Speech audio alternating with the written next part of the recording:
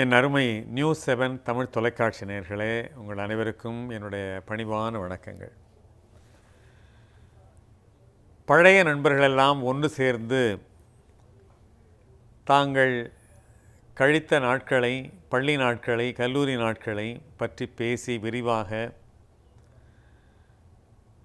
ஒரு நாள் முழுக்க ஒன்று கூடி அந்த நினைவுகளிலே மூழ்குவது என்பது இன்றைக்கு மிக சகஜமாக நடக்கிறது. மருத்துவர்கள், நேரமற்ற மருத்துவர்கள் கூட இன்றைக்கு தங்களுடைய பழைய நட்புகளை புதுப்பித்து கொள்ளும் விதமாக இந்த அலுமினி என்ற பெயராலே பழைய நண்பர்களெல்லாம் சந்திக்கிற வழக்கத்தை இன்றைக்கு ஒரு புதிய கலாச்சாரமாக கொண்டு வந்து விட்டார்கள். இதுவரைக்கும் சந்திக்காதவர்களெல்லாம் தூண்டுதல் பெற்று நாமெல்லாம் சந்தித்தால் என்ன, அவர்களைப் போல இவர்களைப் போல என்று ஊடகங்களிலே பார்க்கக்கூடிய சில காட்சிகளின் மூலமாக தூண்டுதல் பெற்று இன்றைக்கு பழைய நண்பர்களெல்லாம் சந்திப்பதை பார்க்குறோம். அப்படி சந்திக்கிற பொழுது ஒருவர் கேட்கிறார், என்னடா பண்ண இவ்வளோ நாளாக உன்னை பார்க்கவே முடியலையே என்று பலவிதமான குசல விசாரிப்புகள். அதில் ஒரு சிலர் ரொம்ப வளர்ந்து விடுகிறார்கள். ஏன்னா படிக்கிற காலத்தில் உருப்படாத பையன் நீ எப்படா இவ்வளோ நல்லா வந்த, அது உரிமையோட ஒரு நண்பர் கேட்கக்கூடிய கேள்வி தானே. சராசரி நீ ரொம்ப மக்கு, நீ எப்படா இவ்வளவு சம்பாரிச்ச, எப்படா இவ்வளோ நல்லா படித்த என்று பழைய நினைவுகளெல்லாம் பேசுகிற பொழுது இந்த கடைசி பெஞ்சுக்காரர்களெல்லாம் ஒன்றாக சேர்ந்து உட்கார்ந்து கொண்டு பேசுவாங்க. அதில் ஒருத்தர் மட்டும் சொல்லுவார், எல்லாம் என்னுடைய நேரம்தான் அப்படின்னு சொல்லுவார். அதாவது ஒரு எதிர்பாராமல் ஒருவர் வாழ்க்கையில் வெற்றி அடைந்து விட்டால், எதிர்பாராமல் ஒரு நல்ல வாய்ப்பு வந்தால், எதிர்பாராமல் ஒரு அதிர்ஷ்டம் அடித்தா நம்ம மக்கள் சொல்லுவது எல்லாம் என் நேரம்தான் என்று சொல்வார்கள். அதே நேரம் அந்த எல்லாம் நேரம்தான் என்பதை தாங்கள் தாக்குறுகிற பொழுதும் பாதிப்படைகிற போதும் எல்லாம் என் நேரம்தான், என்ன பண்ணுறது அப்படி சொல்லுகிறவர்கள் இருக்கார். நான் சொல்வது ஒரு ஆக்கப்பூர்வமான எல்லா நேரம்தான். என்னுடைய நண்பர் ரொம்ப நாளைக்கு பிறகு என்னுடைய வெளிநாட்டிலேருந்து என்னை தொடர்பு கொண்டார். என்ன பண்ணிகிட்ருக்கீங்கன்னு கேட்டார். அந்த மாதிரி நியூஸ் 7 தமிழ் தொலைக்காட்சியில் தினமும் காலையில் திங்கள் முதல் வெள்ளி வரை பல்வேறு செய்திகளை தொகுத்து சொல்லிகிட்ருக்கேன்னு அவர் சொன்னார். எல்லாம் நேரம்தான். அவருக்கு இந்த வாய்ப்பு அவருக்கு அப்படி தோணியிருக்கு. லேனாவுக்கு தகுதியில்லாத லேனாவுக்கு இப்படிப்பட்ட ஒரு வாய்ப்பா என்ற கோணத்தில் அவர் உரிமையோடு சொன்னார். நாம் எதற்கெடுத்தாலும் நம்முடைய வாழ்க்கையில் நிகழ்கிற எல்லா நிகழ்வுகளையும் எல்லாம் நேரம்தான் என்று நம்ம சொல்லுகிறோம். இதில் கிடைக்கிற நேரத்தை எப்படி பயன்படுத்தி கொள்ளுகிறோம் என்பதை பற்றிய கேள்வி இங்கே வருகிறது. நம் ஊரிலே ராகு காலம் என்றும் யமகண்டம் என்றும் கண்டுபிடித்து வைத்திருக்கிறார்கள். காலையில் 1.5 மணி நேரம், மதியத்துக்கு மேலே ஒரு 1.5 மணி நேரம், 3 மணி நேரம் இதை அழுத்தமாக நம்புகிறவர்கள் இருக்கிறார்கள் அல்லவா. அவர்களெல்லாம் எந்த காரியத்தையும் செய்கிறதில்ல. ரொம்ப அழுத்தமாக நம்புகிறவங்களை பற்றி நான் பேசுகிறேன். ஒரு டம்ளரை இப்படி எடுத்து வைக்கிறதுக்கு இது ராகு காலம், இது யமகண்டம்னு ஒன்றுமே செய்ய மாட்டாங்க. ஆனால் முன்னேறிய நாடுகளான ஜெர்மனியிலோ ஜப்பானிலோ அல்ல வேறு நீங்கள் என்ன நாடு என்று கருதுகிறீர்களோ அந்த நாடுகளிலே 3 மணி நேரம் எந்த விதமான இயக்கம் இல்லாமல் ஒரு மனிதன் இருக்க வேண்டும் என்கிற ஒரு எதிர்பார்ப்பையோ அல்ல அந்த மரபையோ கேள்விப்படுகிற பொழுது அதிர்ச்சியாக கேட்டுக்கொள்கிறார்கள். என்னது அந்த 1.5 மணி நேரம் ஒன்றுமே பண்ண மாட்டாங்களா என்று என்னுடைய வெளிநாட்டு நண்பர்கள் என்னிடத்தில் ரொம்ப ஆச்சரியமாக கேட்பதுண்டு. ஏன் அந்த மாதிரி செய்யக்கூடாது, ஏன் அவங்க எதுவுமே செய்யாமல் இருக்காங்க? இல்லை அது அந்த நேரத்தில் பண்ணுற எதுவும் நல்லா வராது அப்படின்ட்டு அவங்க நம்புகிறவர்கள் இருக்கிறார்கள் என்று சொன்னால் அவர்களுக்கு ஒரு மாதிரி கொஞ்சம் சிரிச்சிட்டு ரொம்ப ஒரு அதிர்ச்சியும் வியப்பும் கலந்த ஒரு பார்வையை நம்ம மேலே வழங்குறாங்க. அவங்க என்ன நம்புகிறாங்கன்னா, எதையுமே திட்டமிட்டு முறையாக சரியாக செய்தால் அது எந்த நேரமாக இருந்தாலும் அது நல்ல நேரம்தான். அது எதுவும் மற்ற சக்திகள் எதையுமே நம்முடைய செயல்பாடுகளை கெடுத்துவிட முடியாது என்று முன்னேறிய நாடுகளிலே இருக்கிறவர்கள் நம்புகிறார்கள். அதை எப்படி நம்ம பார்க்குறது என்பதை உங்களுடைய விருப்பத்துக்கே நான் விட்டுறேன். ஆனால் எது ஒன்றையும் ஈடுபாட்டோடு செய்தால், முறையாக செய்தால், திட்டமிட்டு செய்தால் சரியாக வடிவமைத்து எந்த விதமான கோளாறுகளும் என்ன மாதிரியான கோளாறுகளெல்லாம் ஏற்படும் என்பதையும் கணித்து நாம் செய்தால் அந்த 3 மணி நேரத்தையும் பயன்படுத்தி கொள்ளலாம் என்பதுதான் உலக நாடுகளுடைய பார்வையாக இருக்கின்றது. இதற்கு மேலே நான் அதை பற்றி பேசினால் அது ஒரு நாத்திக ஆத்திகவாதம் போல் ஆகிவிடும் என்று அஞ்சி அதை நான் தவிர்க்கிறேன். நல்ல நேரம் கெட்ட நேரம் என்பதை நம்பாதவர்கள் கூட ஒன்றை தாராளமாக நம்ப வேண்டும். அது என்னவென்றால் ப்ரைம் டைம் என்று சொல்லப்படுகிற, பிரைம் மினிஸ்டர் சொல்கிறாங்களே அது மாதிரி ப்ரைம் டைம், அதாவது பிரதம நேரம், சிறந்த நேரம், மிக உன்னதமான நேரம் என்று எப்படி வேண்டுமானால் நம்முடைய சௌரியத்துக்கு ஏற்ப அதை நாம் தமிழ்படுத்தி கொள்ளலாம்.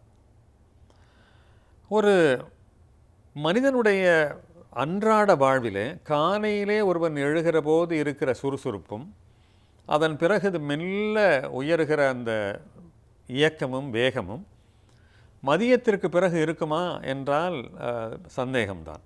அது மெல்ல குறைய ஆரம்பிக்கிறது. அது ஒரு மலைமுகடு போல மெல்ல ஆரம்பித்து உச்சிக்கு அதற்கு பிறகு அப்படியே மெல்ல குறைய ஆரம்பிக்கிறது. காலையிலே இருக்கிற சுறுசுறுப்பை மாலையிலே இரவிலே ஒருவர் காட்ட முடியுமா என்றால் அது எனக்கு ஐயப்பாடாக இருக்கிறது. மெல்ல மெல்ல நம்முடைய ஆற்றல், சக்தி, நம்முடைய மூளையினுடைய செயல்பாடு, அறிவினுடைய கூர்மை எல்லாமே மாலை நேரத்துக்கு பிறகு அப்படியே மெல்ல குறைந்து விடுகிறது என்பது பொதுவாக நாம் நம்பலாம். அது இயல்பாக ஏற்றுக்கொள்ளக்கூடிய ஒரு விஷயம்தான். ஆனால் விதிவிலக்காக இருக்கிறவர்கள் இருக்கிறார்கள்.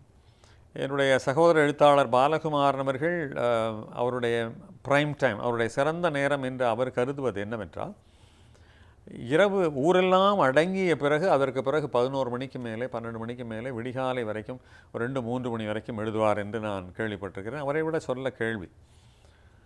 ஆனால் என்னை போன்றவர்கள் எல்லாம் விடிகாலை நேரம்தான் சிறந்த நேரம், நான் எழுதுவதற்கு எந்த விதமான இடையூறுகளும் இல்லாத, வாயில் மணி அழைப்புகள் இல்லாத, தொலைபேசி மணி அழைப்புகள் இல்லாத, செல்பேசி மணிகள் ஒலிக்காத நேரமான விடிகாலை நேரம்தான் என்னை பொறுத்தளவில் சிறந்த நேரம். இப்படி நபருக்கு நபர் இந்த ப்ரைம் டைம் என்பது மாறுபடும். ப்ரைம் டைம் என்பது என்னவென்றால், ஒரு மனிதன் உச்சபட்சமாக சிறந்த அளவிலே மிகச் சிறப்பாக செயல்படுகிற நேரம். அந்த நேரம் உங்களுடைய வாழ்க்கையிலே எந்த நேரம் என்பதை நீங்கள் கண்டுபிடிக்க வேண்டிய அவசியம் இப்பொழுது இன்றைக்கு ஏற்பட்டிருக்கிறது.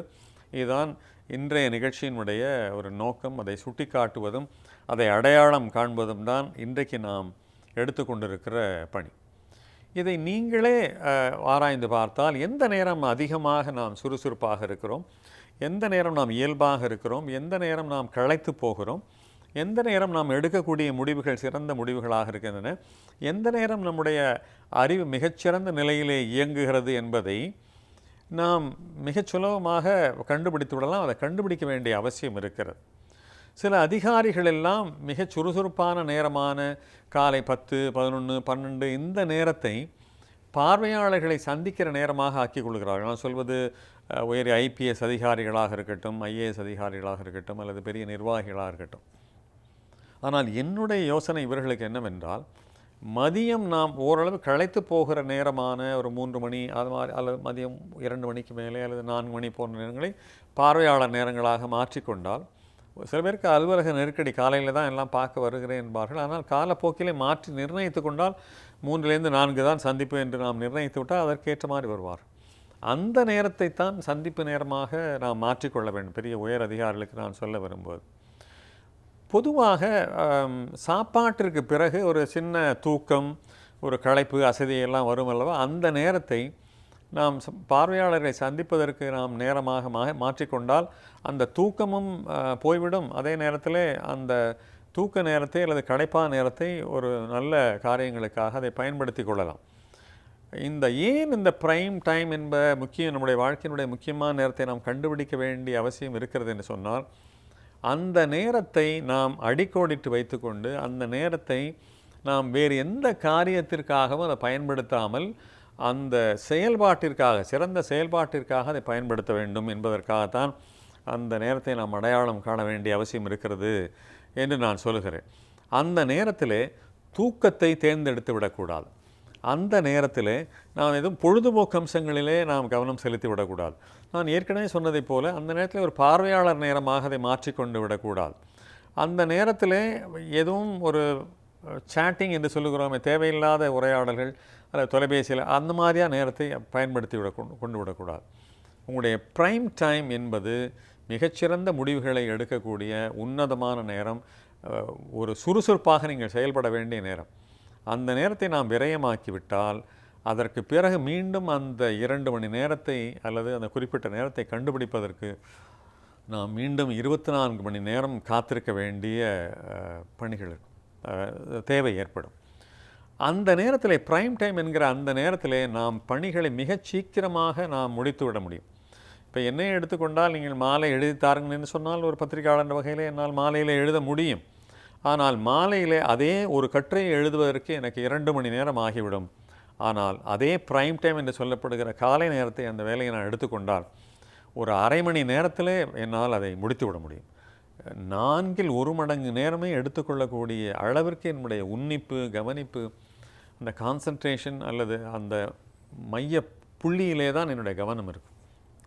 எனவே ஒவ்வொருவரும் தங்களுடைய ப்ரைம் டைம் என்ன என்பதை கண்டுபிடித்து அந்த நேரத்தை மிகச்சிறந்த முடிவுகளை எடுப்பதற்கும், மிகச்சிறந்த பணிகளை ஆற்றுவதற்கும், கடினமான பணிகளை மேற்கொள்வதற்கும், மிக உன்னிப்பாக செய்ய வேண்டிய பணிகளை மேற்கொள்வதற்கும் அந்த நேரத்தை நாம் தேர்ந்தெடுத்து கொள்ள வேண்டுமே தவிர, அந்த நேரத்தை தேவையில்லாமல் விரயமாக்கி அல்லது அதற்குரிய நேரமாக இல்லாமல் வேறு பயனற்ற காரியத்திற்காக நாம் பயன்படுத்தி விடக்கூடாது.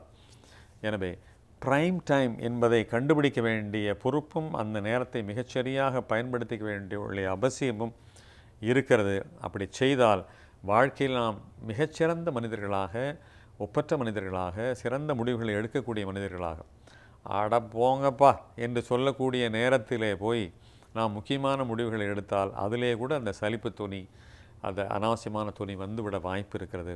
அதன் மூலமாக முக்கியமான முடிவுகளை எடுக்க வேண்டியதிலே தவறான முடிவுகளை எடுத்துவிடக்கூடிய ஆபத்து இருக்கிறது. எனவே நாம் ப்ரைம் டைமை கண்டுபிடிப்போம், அந்த நேரத்தை மிகச்சரியாக பயன்படுத்துவோம். அதுதான் வாழ்விலே உன்னதமான உயரங்களை தொடுவதற்கான நல்ல சாத்தியக்கூறு தெரிகிறது. அதிலே நாம் இறங்குவோம். மீண்டும் சந்திப்போம் நண்பர்களே.